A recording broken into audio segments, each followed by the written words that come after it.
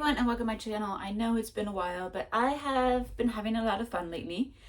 And so my weekends are just full of adventure and fun and greatness, and I haven't been home to film. So we're a little bit late for my September wrap up, but first let's talk about what's happening here. It's all gone. It's all gone. The hair's all gone. I chopped it off. Right now it's not really styled. It's just like days after washing it, and I think you can see where my straight perm is and then where my natural hair is. So not the best way to debut my new hair, but we're dealing with it. Also, my tripod, aka my music stand, is broken, so we're very squatted today, and we probably will be for a while because I don't own a proper tripod, and this is all I can do. So we're gonna be a little squatted. You're gonna get some leg action in a few videos. I am planning on changing to like actual proper jeans when I go out later today, but for now this is my in-house look, and you're just gonna have to deal with it. Speaking of things you're gonna have to deal with, my September wrap up is all Japanese books, and other than one like manga series, none of this has been translated into English, so I think the majority of you will not be interested in this video. So let me start off with the only thing I am reading in English that I think will interest you. Is my currently reading, like I'm finishing it this week. I have like 150 pages left. It's getting done this week. And that book is War and Peace. So yeah, I've been reading War and Peace as a PDF on the computer, and it's been 2.5 months. And yeah, I've been reading about at the beginning, like the first 2 months, I was reading about 50 pages a day. During the workout, like during the week, no weekends, just during the week. And then right now I'm at like a 30-page pace because I slowed down a little bit just because there's no need to rush. The book will be done in October anyway. So yeah, you can look forward to War and Peace next month for my October wrap up. And then I'm hoping to do a video comparing War and Peace and Anna Karenina to kind of help those people who are debating which one should I read first. And yeah, so look forward to that. But today I'm speaking only about Japanese stuff. So anyway, if you're here just for English or French, thank you so much for watching, and I'll see you in my next video. For the rest of you guys, let me show you what I read in the month of September. So September, I've been continuing with my sort of obsession with manga. I finished a soccer series, and then I started a new series. And then I actually read one novel in Japanese. So let me start with this novel in Japanese. This is called暗黒女子, and it is by秋吉理香子. Probably better if I say her name, the name of the author correctly. This is an author I've read before. It is I had read this author's book Seibo, which was just called the Holy Mother, or just Holy Mother, and that book was fantastic. It was a suspense thriller, and I was just absolutely like entranced and hooked by that book. So I decided to read this book, which was actually published a few years before that one. And you could tell, I'm gonna say you can tell. Basically, this book, and again, I don't read a lot of thrillers, but I appreciate them every once in a while. But this particular thriller, it's basically about a group of girls who come together. They're part of a literature club at their school, but it's kind of like literature club with very, I know the English audiences will love me that I'm using this word, dark academia vibes. I know that's a very popular trend and trope on BookTube. But yeah, it's very dark academia vibes, where these girls are part of the literature club, and they pull out exquisite teas and exquisite like desserts to eat while they discuss different books and whatnot. However, the twist is the fact that the co-president of the club calls in all the girls for their book club meeting, and basically they're doing what's called a yaminabe. And yaminabe is kind of so nabe is a type of soup, and yami is in the dark, so a soup in the dark. So basically it's a Russian roulette. So basically It's very common if you were to watch Japanese YouTube, if there are YouTubers doing a yami nabe or a yami takoyaki or a yami okonomiyaki. Basically means like they'll make a bunch of stuff, but in one thing they'll put in like a bunch of spice, or they'll put something really disgusting, and then that's just kind of the game. So it's a Russian roulette with a certain food item.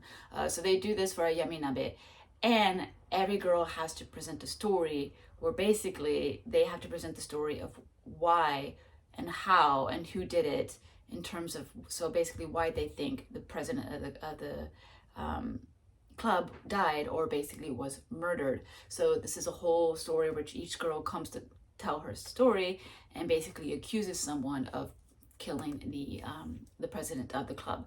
So it's a thriller, it's a suspense, it's also has mystery in it, and it was fun. I mean, it was fun. I'm not going to say it wasn't fun, and it was a very easy, quick read, and it was very page turning. But was it as exciting? Was it as interesting? Was it as unique feeling? Like, again, I don't read a lot of this genre, so to me, I think anything is going to be unique because I'm reading like every single trope for the first time. But is it as unique feeling as the book that came later, Holy Mother? No. This basically, if you've seen the movie Mean Girls, it's kind of like Mean Girls if the Mean Girls actually killed someone, basically. Like that's kind of the feeling of this book, minus the comedy part of Mean Girls. So yeah, it's just a bunch of like kind of nasty girls who pretend to be good, but they're actually kind of nasty, and they're all kind of like stabbing each other in the backs. And trying to figure out who killed the president of the club. So it was fun. It was a, like I said, a very easy breeze through in terms of reading. But it's, if someone were to ask me, you know, this author, who would you recommend? Definitely go for Holy Mother. That one's the more interesting book. But that's not translated into English either, so you do have to read these in Japanese. Sorry. So that's the only book I started and completed in the month of September. After that, I completed, as I mentioned in the introduction, I finished the soccer manga series. I finished Shoot. This is the third sequel to the original series, Shoot. Shoot is a soccer manga that features, I mean, it does feature basically the main character, Toshio, but it more encompasses the three main male characters, who were basically his best friends from middle school, and they all decide to play soccer again, and they join the high school team, and two of the three are basically enamored with this one girl, so it's kind of like a love triangle happening. And that this original Shoot soccer manga, like the first 2/3 of the book, I was just of the series, I was just like absolutely in love with. I was cracking up. It was so funny. I loved the portrayal of the boys as just like, you know, just like real male youth. Like, yeah, they're really good at soccer, and like all the soccer manga, they do things that kids that age shouldn't really be doing. But at the same time, the author keeps them grounded and realistic with their age and their curiosity and their slightly perverted thoughts and their desire to, you know, get a peek at the girl next door. And it's just super hilarious and really fun. But the series does end on a cliffhanger, and it does have a continuation. Now, this is the second sequel because there is another sequel that was published right after the first one. But that one actually goes back in time to the main three characters when they were in middle school, and it kind of talks about how they met and how they became friends. I wasn't interested in that one, so I skipped that one and went to this one, which is a immediate continuation of the first series. And I enjoyed this. It was fun. It was really great going back to the characters. I read the first series last year, actually. So it was really great to revisit all these characters, revisit this really weird art style. It's kind of like, it's good but kind of bad at the same time. Like I like it, but like the covers are some of the worst covers in soccer manga history. I really hate these covers. I think it's just, they're so weird. They're so weird. Yeah, it's just not my style. But it's a good story. But the thing is that, again, this also does not conclude the story at all. So I'm going to have to buy the next sequel. And I do at least know that that's the last sequel. So the story should finish with that set. But it's another 16 volumes. It's another 16 volumes. But I'll buy it eventually. Maybe it'll be next year's project because this year I've been really good, and I haven't bought any manga, and that's been really fantastic. And I'm gonna be really excited at the end of the year to tally up the final count of how much manga I've read this year and how much manga I have not bought this year. Like that's the keyword. So yeah, so I finished the sequel to the Shoot series. Still have another sequel left to go, but this was really fun to watch. I'm so crouched. This is not very comfortable. After I finished that, I decided to start a new series to me, and that is the series Black Cat. Black Cat is a traditional shonen jump series. Shonen manga, other than soccer manga, is not really a genre I go to very frequently. It was something I used to read and watch quite, like in high school, middle school, though, basically when I was younger. But then I just kind of fell off of it. Like I said, other than soccer manga, the whole genre, it just felt kind of repetitive, and I didn't really, I just wasn't really attracted by the titles that were coming out. But this is a series that basically was recommended by my best friend here. Basically, when I went with him, the first time I went with him to his hometown to sort of like hang out, we went to the book off one night just to browse. And basically, because it was Obon season, there was a 20% sale going on. There's a campaign going on for the Obon season. And all of the manga sets there were at 50% off already. So it was like, okay, 70% off. I'm just going to buy everything. I pretty much bought everything. And so with this series, I had bought all the series that I was interested in and that I had my eyes on. And then I told him, because it was so cheap, I was like, you know what, recommend me a series, I'll buy it, and then I'll read it whenever. And it doesn't matter if I end up not liking it. It was so cheap. It was like 50 cents a volume, basically. It's so cheap, I can just sell it. And so he said this was one of his great series. So I've had this for like 3 years, I think, on my shelves. And so I decided to finally sit down and read it. So I started this. And it's fun. It's interesting. It has, it's weird because it has a lot of the shonen tropes, but it definitely does them very differently. The pace is really interesting. The story is funny and interesting. It's still not my favorite thing to read. I really do think I've just grown out of like the traditional shonen kind of style series.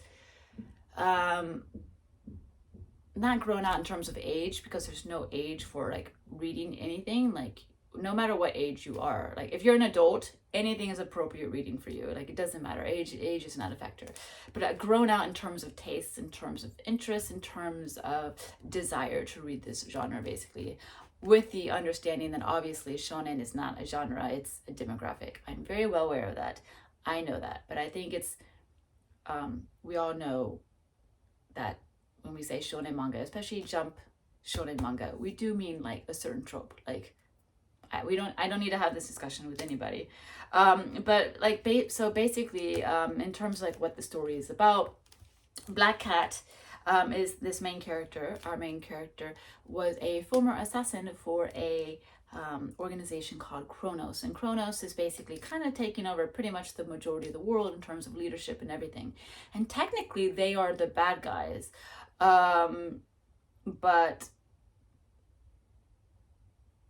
they're still doing good. Like they're actually leading in a good way. It's kind of hard to explain, but basically our main character was an assassin with them, and then he decided one day, you know what, this is just not me.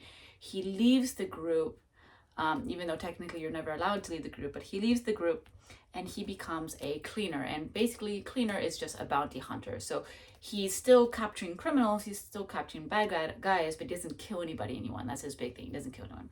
And he does this with his partner, Sven, and then they meet this girl who is a thief, and they kind of partner up at the beginning, and that creates like a relationship throughout the series. Not romantic, which is actually really, really fun.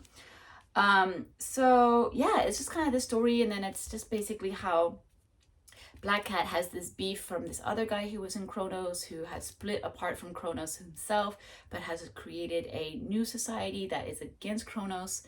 And so it's kind of the series where like you're kind of, it starts in a way where you think, okay, Kronos are the bad guys, our character is the good guy, and it's just him versus Kronos. But the story really develops where like you kind of discover that it's actually really not black or white. There's a lot of gray in this series, which I think is what makes it interesting.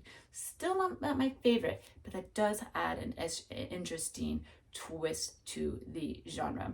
So I'm enjoying myself with this. I only have a few volumes left in the series, so I should be finishing that in October, although right now I've shifted to a book that's kind of occupying all my excitement and all my time, but it should get done. But anyway, you'll see all this in my October wrap up. The only reason I'm able to talk about all my October books is I'm filming this on this, like, what day is today? Maybe the 20th, I think. So it's late in October when I'm filming this. But yeah, so that's it. That's all I read in the month of September. So a lot of Japanese stuff, like that's what I'm kind of into these days. You will get War and Peace in the next video. You will get a few French.